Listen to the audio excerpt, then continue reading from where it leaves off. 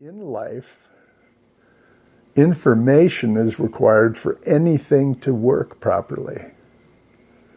So where does that information come from? All of them. I think I have, 6 or 8 Why I Believe in God videos out now, covering so far the first part, because these are really targeting non-believers and atheists, and especially our sons. Done a lot of farming, so I consider myself a farmer, but I live in rural country, small town. You know, the nearest McDonald's is 100 miles away, to give you an idea. And I'm almost Canadian because I live a stone's throw from Canada.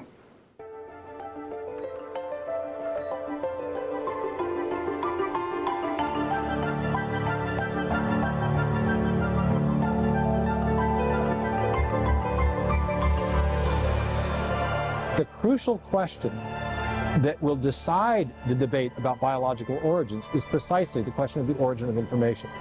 If you don't have instructions, if you don't have information, you can't build anything in life. Anyway, the musing for today is the question, because I've been looking at the origins of life and cells and living cells and different pieces of biology lately, and also of the mind versus the brain, and a lot of scientists don't want to talk about the mind. They'll talk about the brain, but not the mind, because it's something they can't wrap their brains around to understand. Consciousness and, love and all these emotions and stuff. But it started me thinking, as I witnessed this different information and these videos that I've watched and books I've read. And the main person that points these out is Dr. Stephen Meyer. This question for today of why believe in God is the big question that nobody can answer, scientists, anyone, is where does the information come from? What is the cause now in operation for the production of digital information? Because the crucial question in the origin of animal life and the origin of life itself is, where did the information come from? Information stored digitally in the DNA molecule. Where did that information come from that is necessary to build these new forms of life? And I realized that the answer to that question is intelligence. The cause now in operation, the cause of which we know from our uniform and repeated experience, another key idea from Lyell, that is capable of producing information, is intelligence. Animal life requires cell types, requires proteins, and therefore requires genetic information. And that's the big question. All living cells contain information.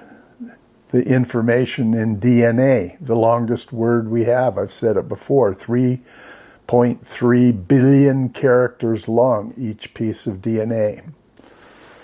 And the information of the whole process, the cells, once they're formed, they know what they're going to be, and they know where in the body they have to be.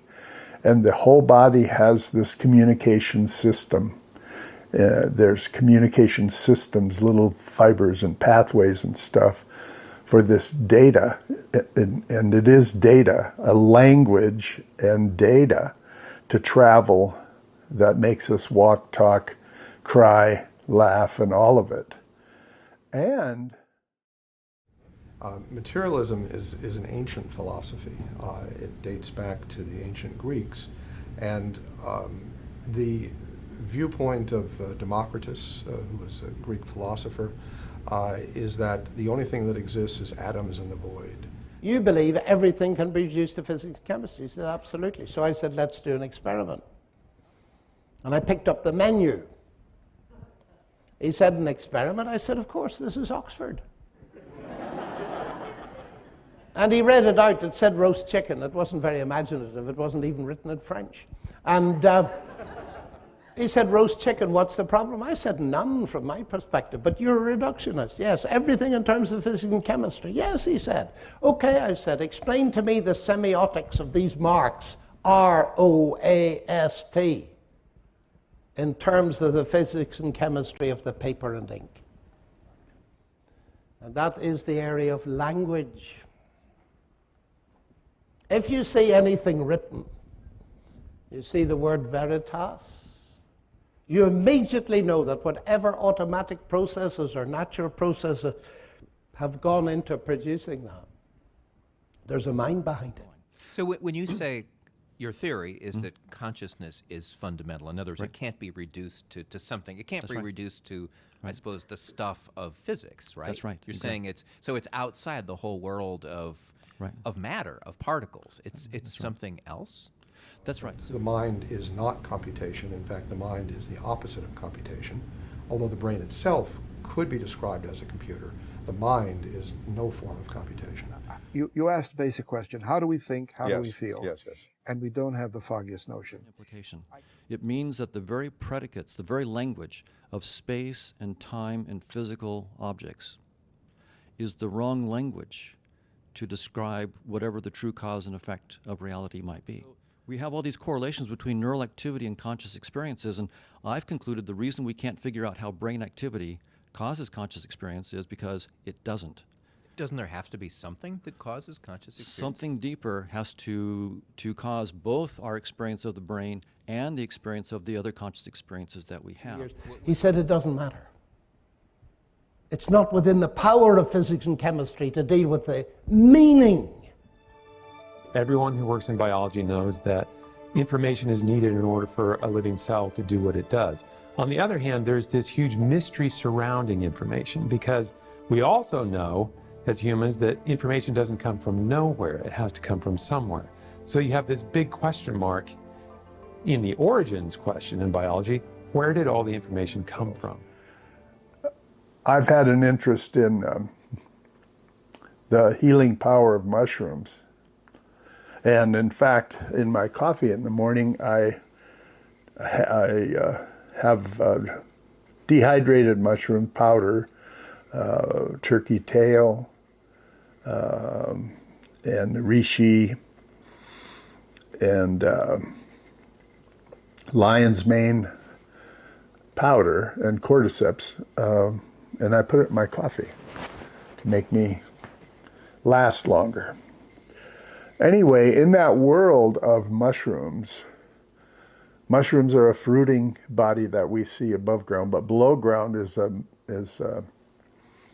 network, a communications network that actually is tied into all the underground part, into the trees and plants and everything that carries electrical signals and impulses. It's a communications network between plants. So that the entire forest may be linked together by these microscopic threads to form what you might call a wood wide web. My mission is to discover the language of nature, and I believe nature is intelligent. There is a world under the earth, full of magic and mystery. It holds the consciousness of nature's connection to all living things. You're walking there's about 300 miles of fungi under every footstep that you take, and that's all over the world. The bulk of the organism is growing underground, and it's composed of these long threads called a mycelium. Almost everyone knows about the computer internet. The mycelium shares the same network design. That information is running the show in biological systems. Biological form requires biological information. Discovery. They found that the structure of the DNA molecule stores information in the form of a 4-character digital code. Strings of precisely sequenced chemicals called nucleotide bases supply the assembly instructions. the information, for building the crucial protein molecules that living cells need to survive. Crick later came to realize that the chemical constituents in DNA function like letters in a written language, or digital symbols in a section of computer code. That's the longest word we've ever discovered. 3.5 billion letters in exactly the right order. What about that? Oh, a chance and necessity. I said, what? You see 5 letters of roast, and you immediately postulate mind. You see 3.5 billion letters in the right order. And you're forced by what? Science or materialist philosophy to say that no mind is involved. Code.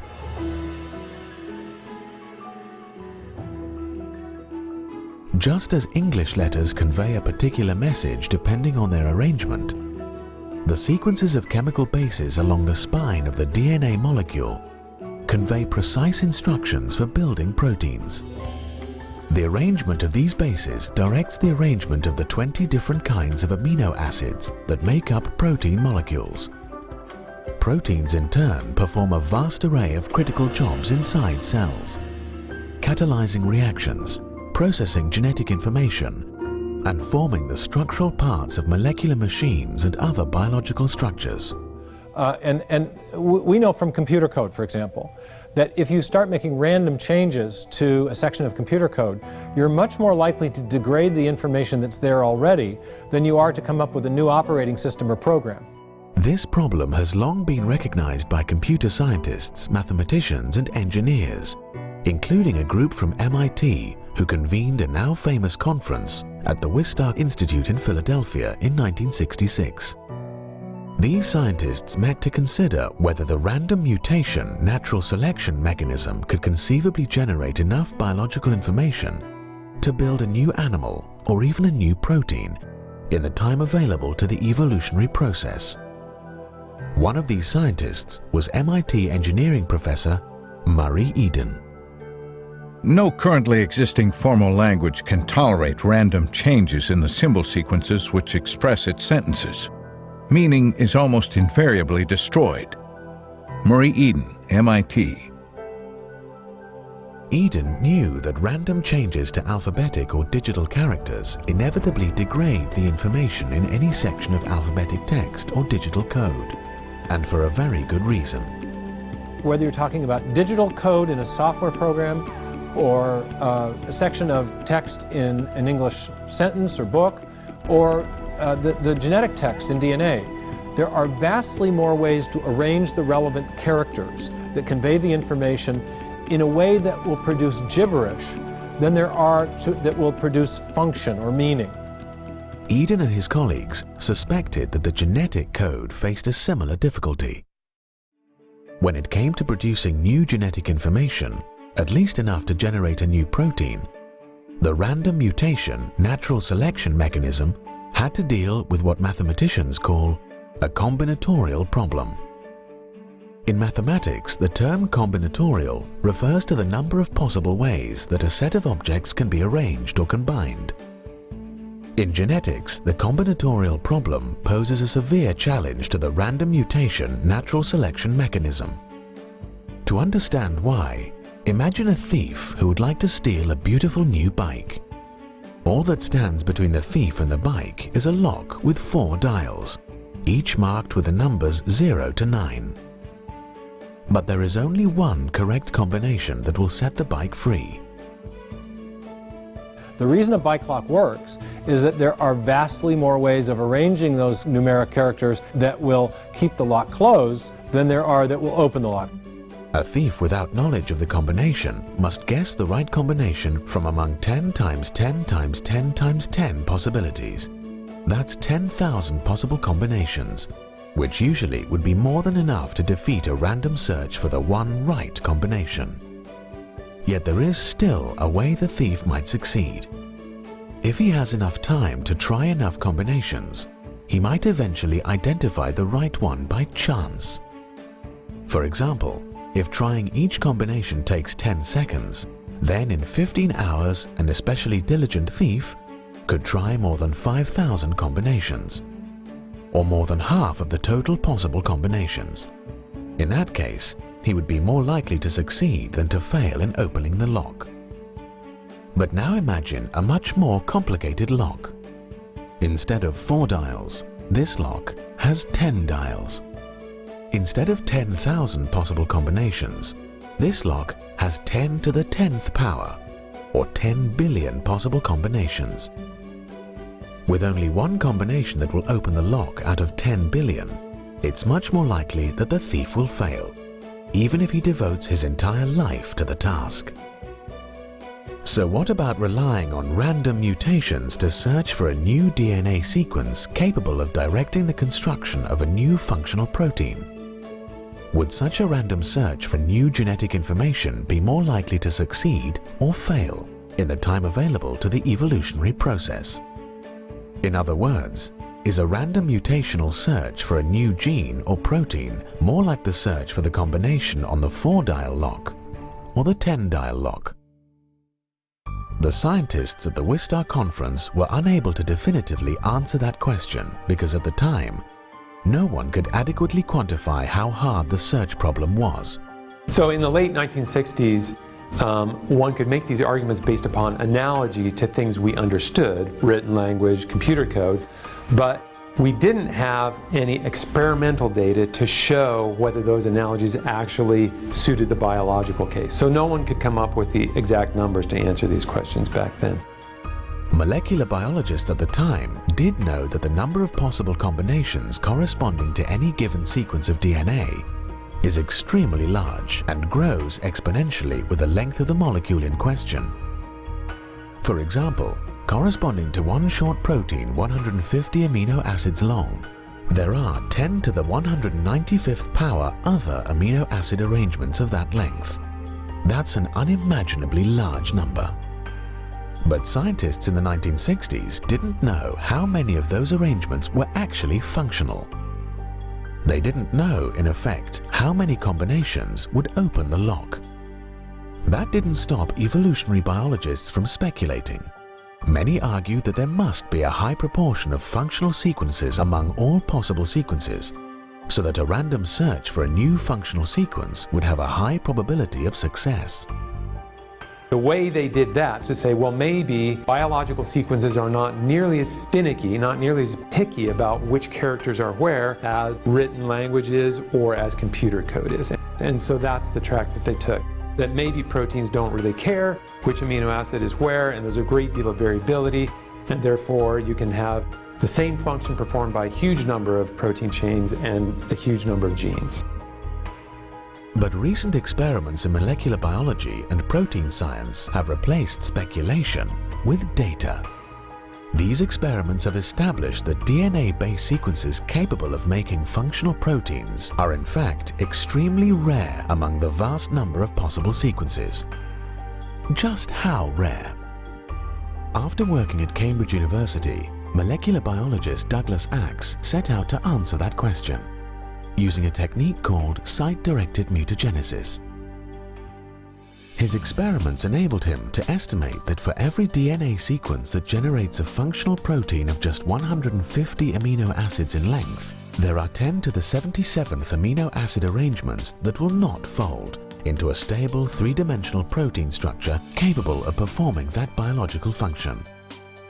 One correct sequence for every 10 to the 77th power incorrect sequences.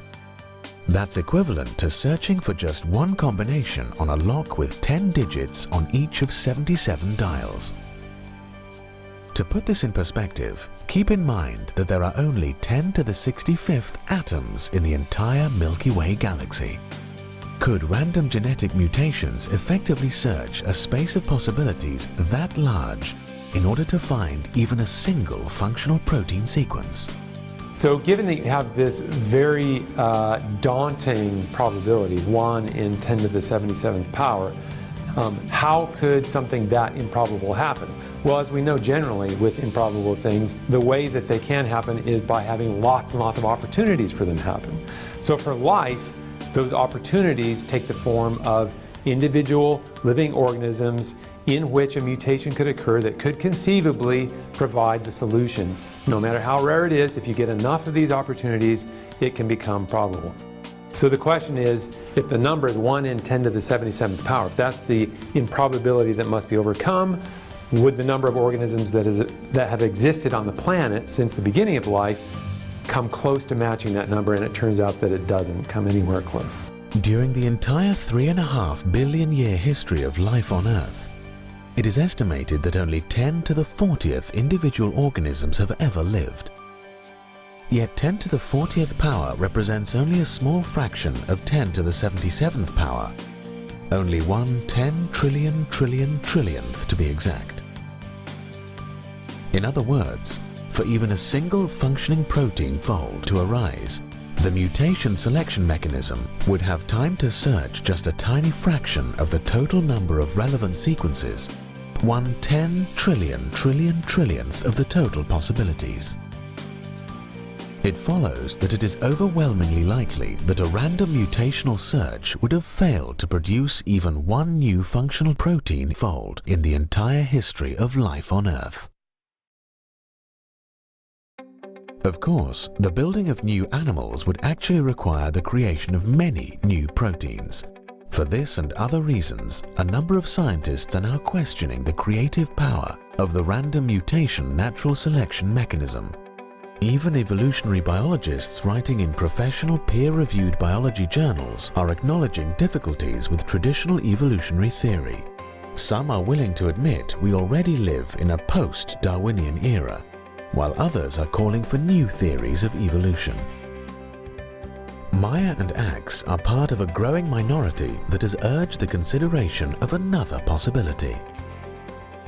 For Meyer, the recognition of that other possibility grew out of his work as a PhD student in the philosophy of science at Cambridge University.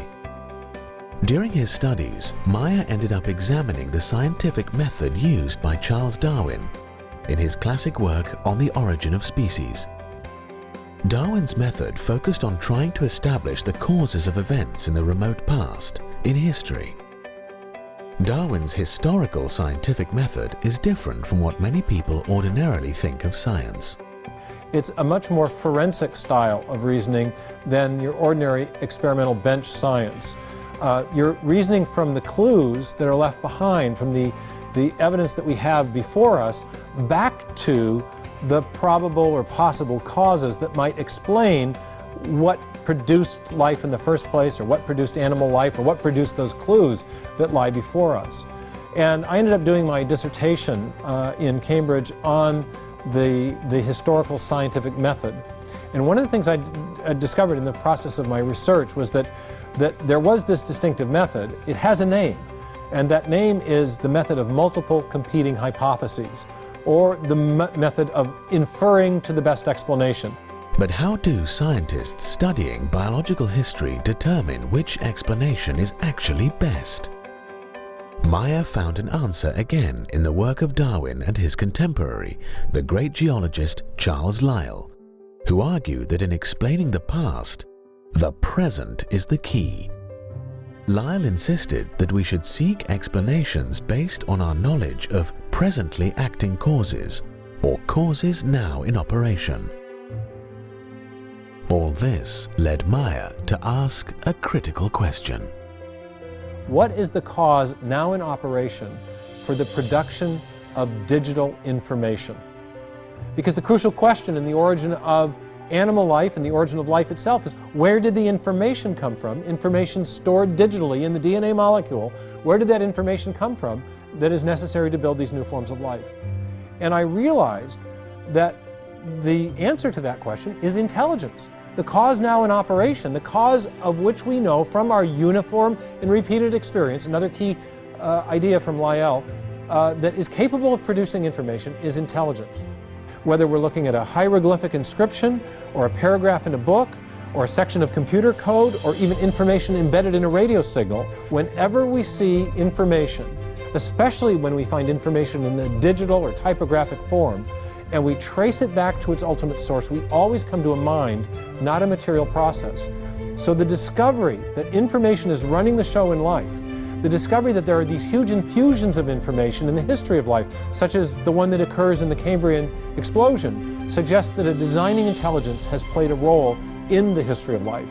And it also suggested to me that it was possible to formulate a scientific case for intelligent design, that is, a case for intelligent design based on the same scientific method of reasoning that Charles Darwin had used in The Origin of Species. And so if you want to say intelligent design isn't science, you would have to say that the Darwinian argument in The Origin of Species is also not science, but no one really wants to say that. He's not using an unscientific method, he's just using a different method of scientific reasoning, an historical method of scientific reasoning, and I use that exact same method in formulating the positive case for intelligent design in both Darwin's Doubt and in Signature in the Cell.